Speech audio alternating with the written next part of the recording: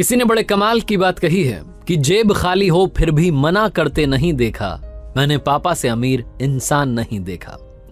नमस्ते दोस्तों, मेरा नाम है आरजे कार्तिक। माँ की ममता पर, मम्मी के प्यार पर काफी कुछ लिखा गया, लेकिन पापा के बारे में लिखने वाले बड़े कम हैं।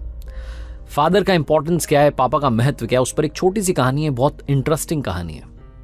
एक लड़का जो इंजीनियरिंग की तैयारी कर रहा था, उसे उसके फादर हमेशा कहा करते थे कि बेटा फोकस करो, पढ़ाई करो, इंजीनियरिंग की तैयारी करो, बड़ा इंजीनियर बनो। लेकिन उस लड़के की सिर्फ एक विश थी, उसे बाइक चाहिए थी।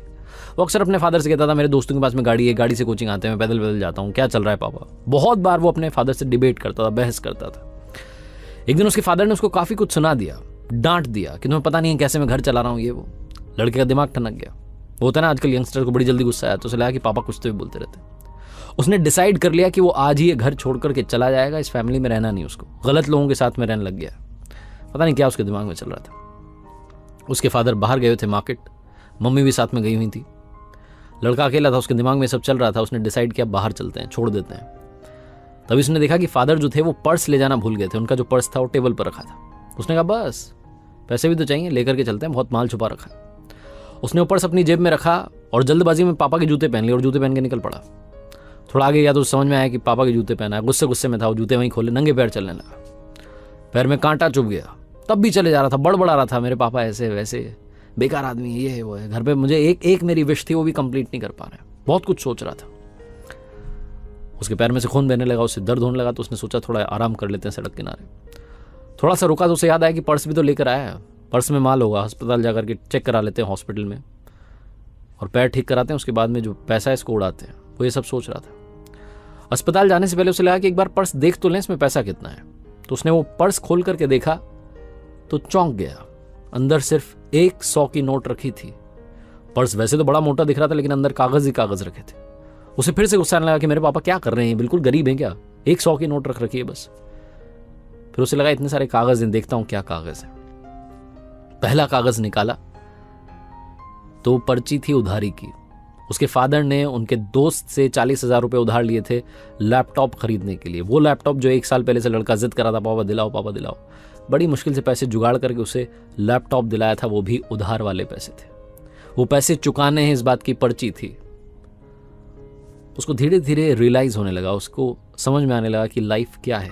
बाकी की पर्चियां देखने लगा, सारी पर्चियां जिम्मेदारी की थी। किसी में बिल था, लाइट का बिल था, कोई टेलीफोन का बिल था, ये था वो था, राशन का। वो देखता जा रहा था कितना खर्चा हो रहा है हमारे घर में, और मेरे पिताजी सब संभाल रहे हैं।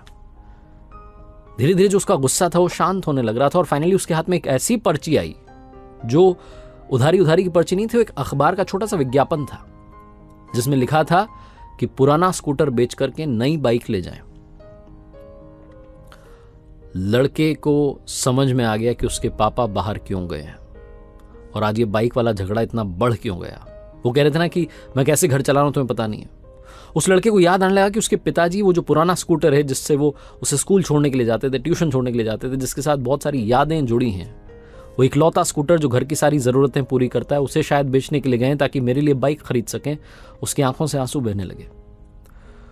वो दौड़ने लगा वापस अपने घर की तरफ।